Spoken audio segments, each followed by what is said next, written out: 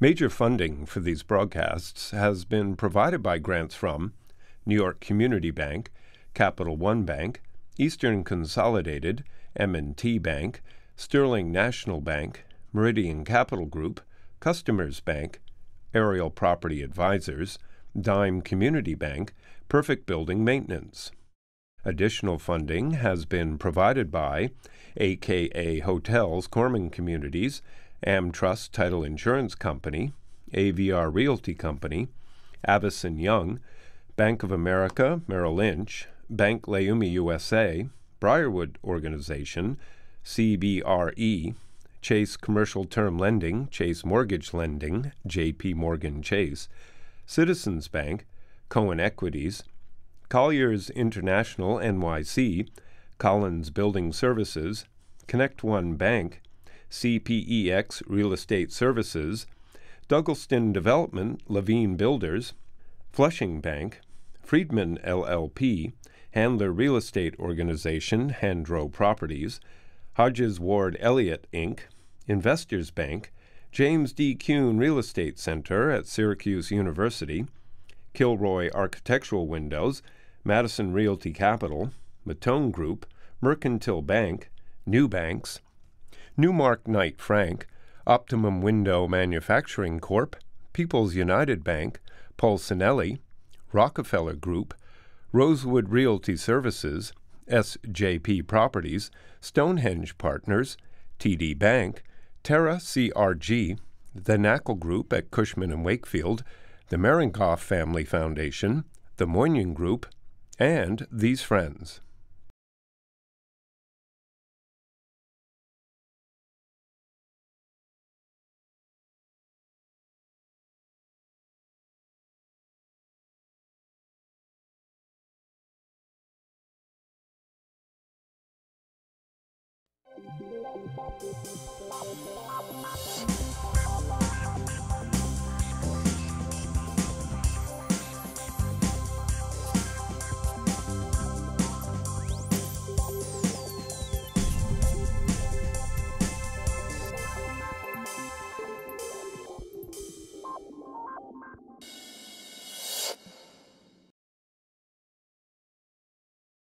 Everybody loves to drink wine. And the best wine today is coming from one place, the North Fork of Long Island. So today, with the help of my buddy Charles, we've assembled a group of wine people to talk about what's happening and the coming of age of the vineyards of the North Fork. My guests today include Jonathan Lynne, who is the Executive Vice President of Bedell Cellars, Eric Fry, the winemaker at Lenz Vineyards, Chris Carey, who's the general manager of the Harmonie Club, Russ McCall, who is the principal of McCall Wines. Yes. And last but not least, Charles Massoud, the principal co-founder with his wife, Ursula, of Paumanok. So Eric is the first guy out there, right? When did you get out to North Fork? Oh, I got there in 1989. It was already established. There were quite a few wineries already there, but I've been there 29 years. How's the changes over there? Well, besides getting larger, there were only about 7 wineries then, and there are over 50 now. So it's much larger. It's also much more popular. There's a lot of tourist involvement now. The weekends are very busy, and all the wineries are crowded and busy with tourists. The wines are much more popular, much more accepted than they were. Chris, let's talk about your dad, what he did in 1976. Well, we have to changed the world of the wine business. We have to go back a little further than that. So in 1952, my father already had 5 children. Ultimately, we'd have 14. But the family was growing, so my grandmother wouldn't let us come to the house in Long Beach. That's before he was governor. Before he was governor. Well, we'll get to that.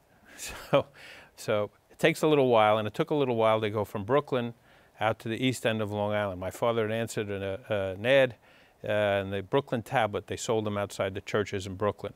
So we went all the way out. There was no expressway then, so we went through Lake Panamoka, Ronkonkoma, and we discovered Riverhead and Cutchogue and Aquabog and Southold, etc., and then ultimately Shelter Island. So our family's always had a love for the east end of Long Island, North Fork, and Shelter Island.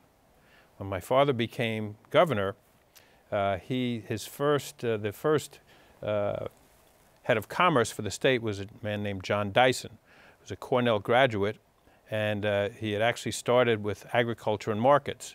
And he knew quite a bit. He had studied winemaking, and he felt that there's a potential for winemaking on Long Island.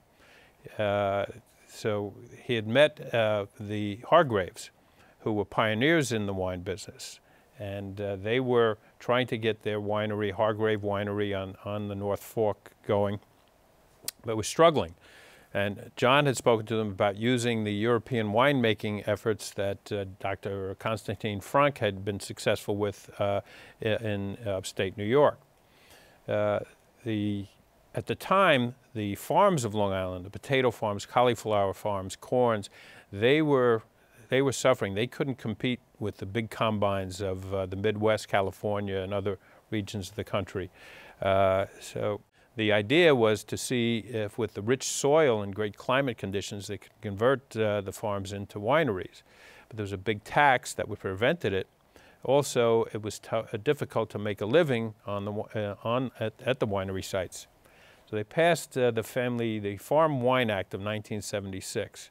So it facilitated converting farmland into wineries, but it also allowed for the first time the owners to sell the wines at the vineyards up to 50,000 gallons of their own wine.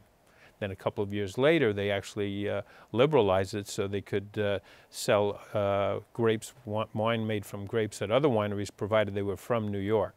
So that really gave the shot in the arm they needed to begin with for the Hargraves. John Dyson was with Governor Carey, my father. They both shared credit for the tourism campaign and the I Love New York slogan and song, but my father, he said that he was really the inspiration for great wines on Long Island.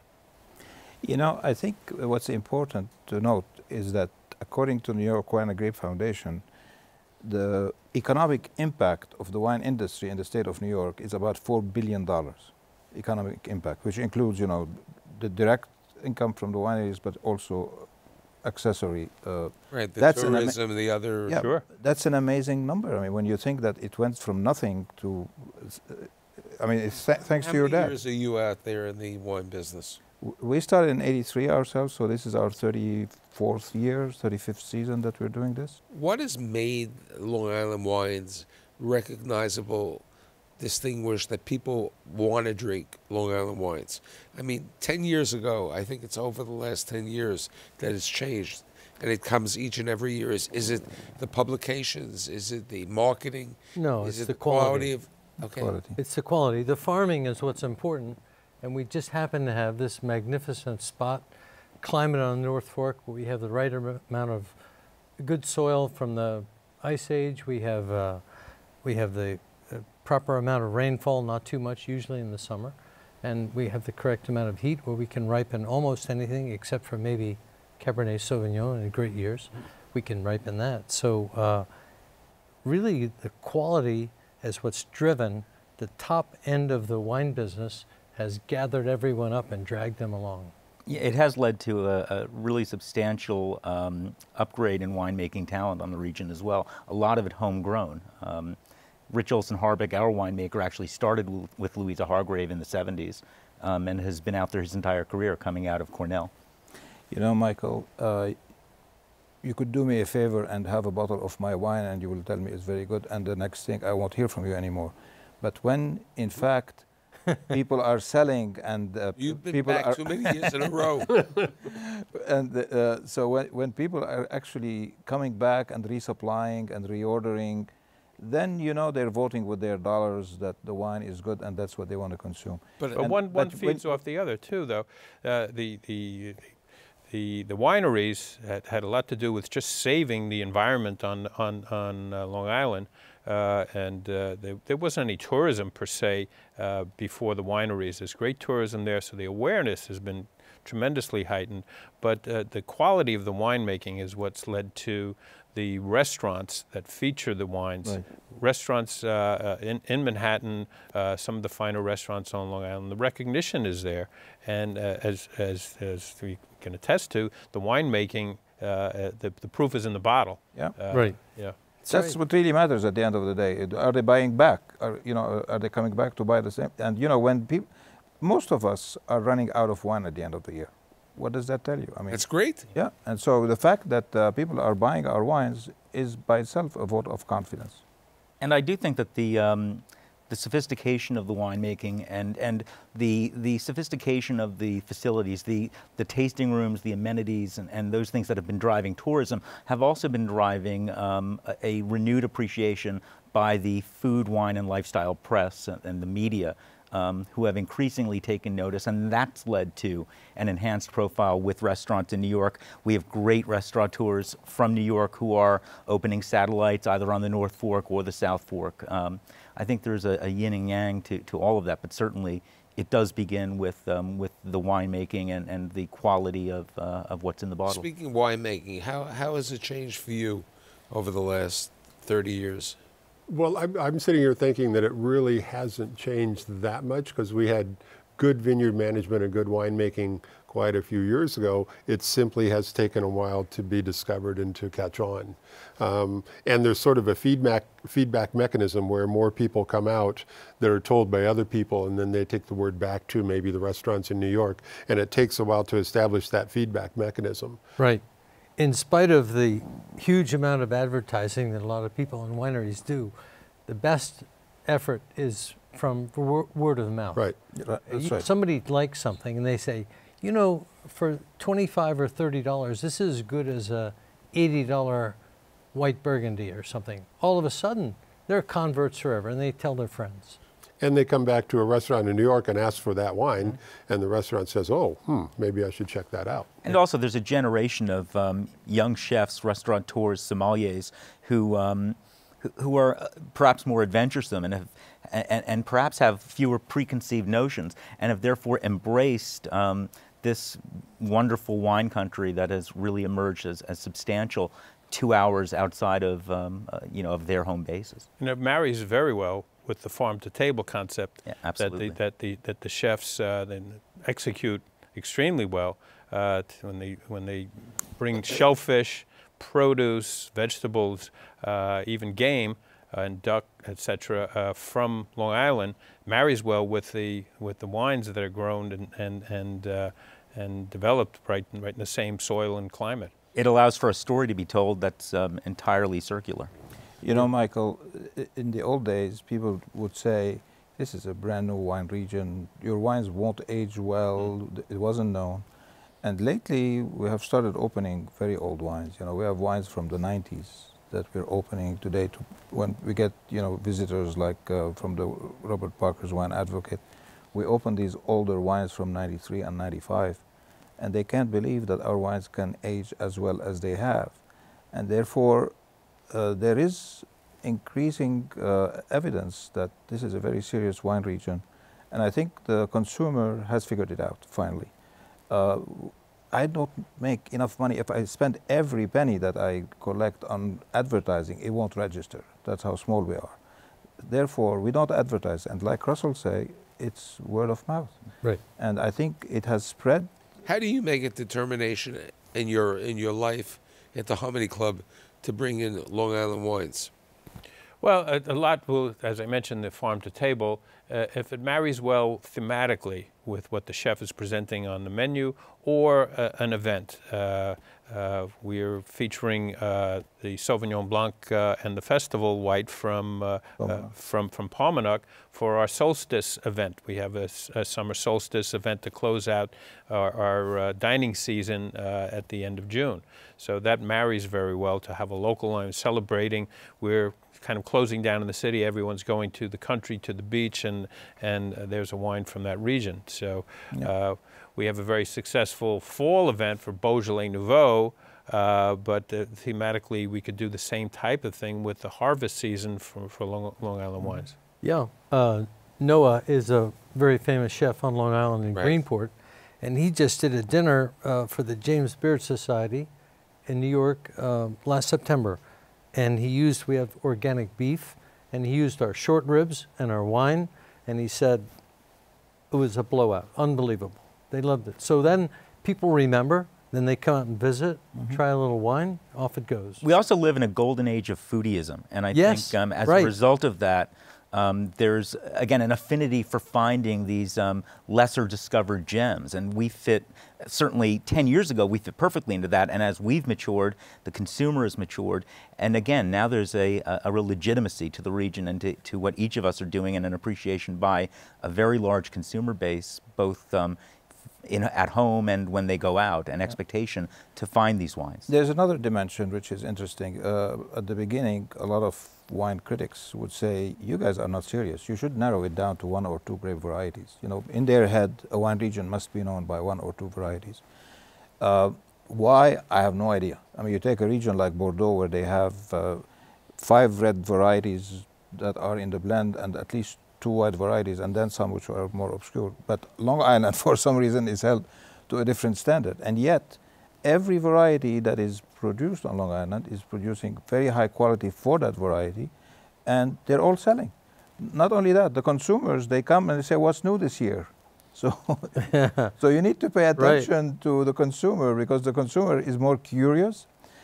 We are blessed in that we are able to cultivate just about any variety that we like. You know, the extreme, we can't. You know, like the very hot climate Italian grapes, for example, we're not ready for that. But with global warming, one day we might be. I hate to say that. But we have the ability to grow 30, 40 different varieties, and we do so successfully. So this is a very interesting region because it is different from many of the other regions that have specialized. And that's what people expect. Why? I have no idea. But, you know, we are able to grow them all very successfully. Well, you have 4 true seasons.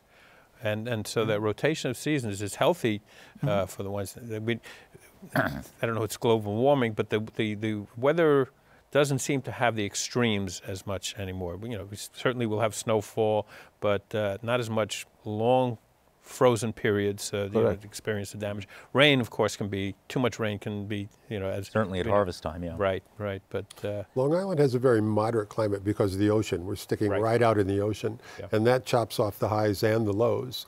So we end up with a long, very moderate growing season. We are quite often picking our final grapes in November because it's still very mild and very moderate out there. We were talking before about private label.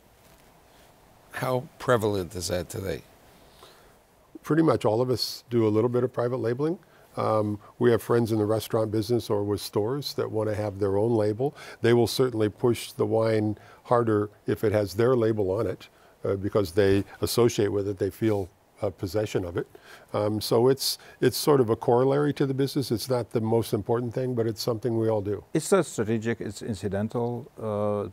Percentage-wise, it doesn't account for a lot, but you know, it's take it positively because vanity sometimes can be a negative word. It's vanity marketing. You know, somebody wants, you want to have your own name on a label for whatever reason, and why not? If we can do it, and you want to pay for it. I don't do it. Yeah, we don't. I sell grapes occasionally.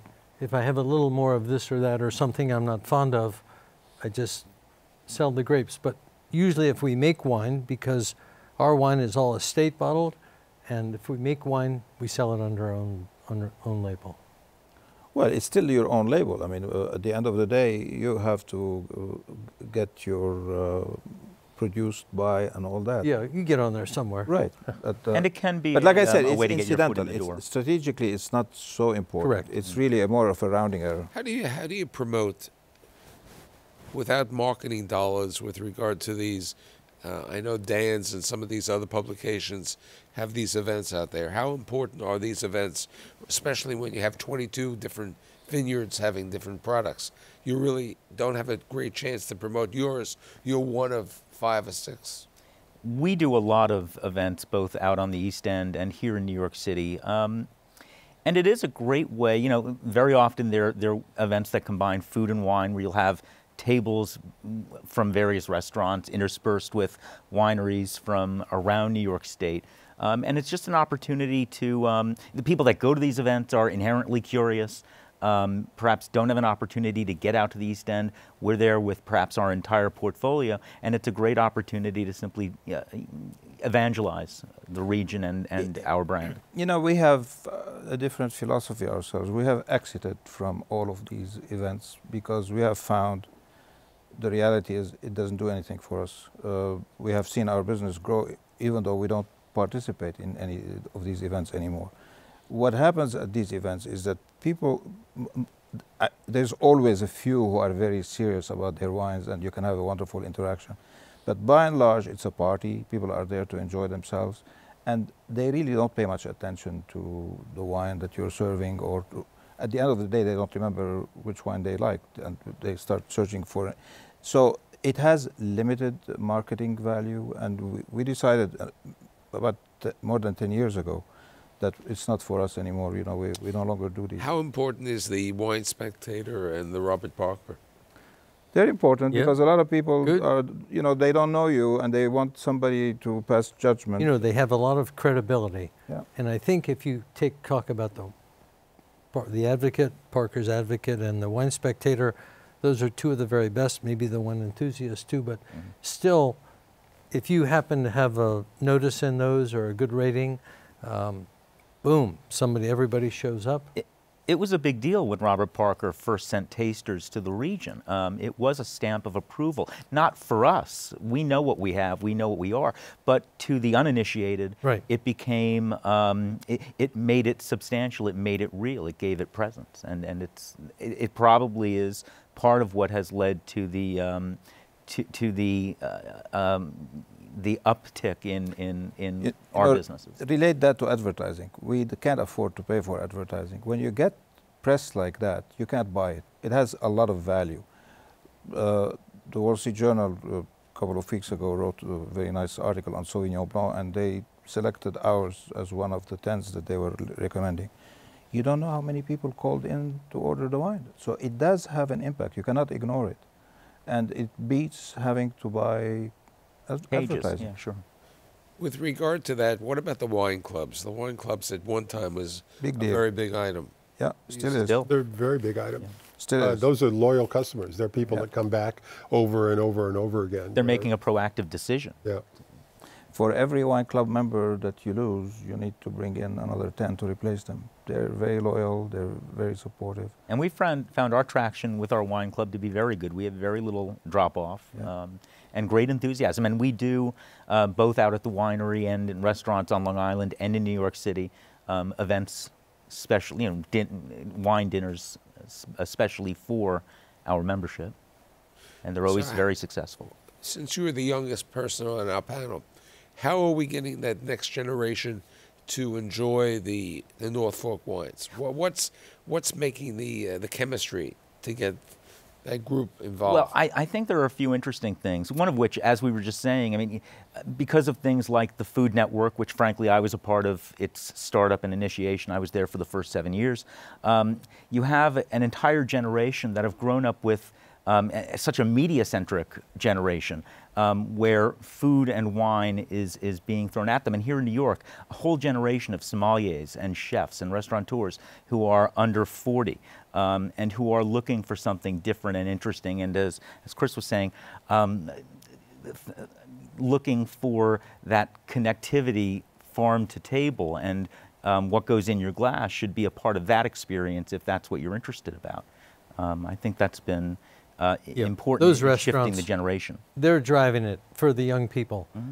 They're open to new ideas. They're open to new ideas, to way to butcher the cow or to cut up the pig or do something, and then they're doing it themselves, and they want to choose American wine and Long Island wine to go with it. But also going back to the tourism, the experience at the wineries is really to be commended. I mean, there were wedding parties and that type of thing, but you get a small group of friends and visit the winery. You know, the experience it's very educational. You really develop appreciation. You can compare. It's not just there's one outstanding. You go from one outstanding winery to another, and so you get a real feeling of what's going on in this whole. It's a region. It's become something of a wine trail akin to what they have on the West Coast. And there's something appealing about the North Fork. It's a little bit more subdued than the Hampton side. It's half an hour less of a trip than going to the Hamptons. So it's an amenable day trip for people even coming out from the city, but if someone wants to get away from the lunacy of the Hamptons for an afternoon, it's 45 minutes and you're in a whole other world. You know, Michael, when you want to distinguish the young versus those of us who have... Baby boomers. Right, and so what is the difference? I think people of our generation, they tend is the key word, they tend to have decided what varieties they like. You know, I like Cabernet Sauvignon, I like Merlot, whatever. The younger people, they're curious. They, like I said before, they come, they say, what's new this year? As if we can grow a new variety every year on the spot. So to be able to meet that curiosity requirement, Karim, my son, has been innovating with different ways of making wine from the same grape. Yeah. And therefore, you know, he's doing a minimalist type of... So this is, instead of being able to produce a new variety, he's producing a new wine from the same variety. So you need to do something to address that curiosity that the younger people have. They want to know what's new, because that's their life. Everything... So in regard to that, what about social media? How involved are you in social media? Instagram, Facebook? It's extremely important. It's just another way to extend your message and control it. As Charles was saying, we're not inclined to dedicate massive resources to paid advertising. And again, because there is an inherent curiosity amongst those in the social media world, it's reasonably easy to reach out to them and get some traction there. And we've had great success. I don't even have you know, an ID for Facebook, but we have a very busy Facebook with that I never look at, but Karim does it. And you know, he has followers. I mean, people come and congratulate me for what we do. I said, really? I never saw that. We do too. Yes. It's a generational thing. I have a woman, 35 years old, that's a genius, and just like you. I don't look at it myself, but someone else does it. It's great. We do the social media thing like these guys. I'm an old guy and I don't do it myself. But what I've noticed that's kind of different, the younger people tend to show up on the weekends, and they'll be on a Saturday or a Sunday will be crowded with a lot of young people. The older crowd tends to show up during the week. Yeah. And so it's a different, more of a social thing. They can get the day off. Yeah, they can get the day off, but it's more of a social thing on the weekend, and you'll have crowds and crowds of generally younger people on, especially Saturday. Yeah. You'll have people with, you know, picnic blankets out, and it does become something of a lawn party on a Saturday, Friday, Saturday, Sunday. So as one would say, the wine country has come of age, and due to the vineyards and the people here today, it's only getting better. I'd like to thank Jonathan, Eric, Chris, Russ, and Charles. See you next week. Thank you, Michael.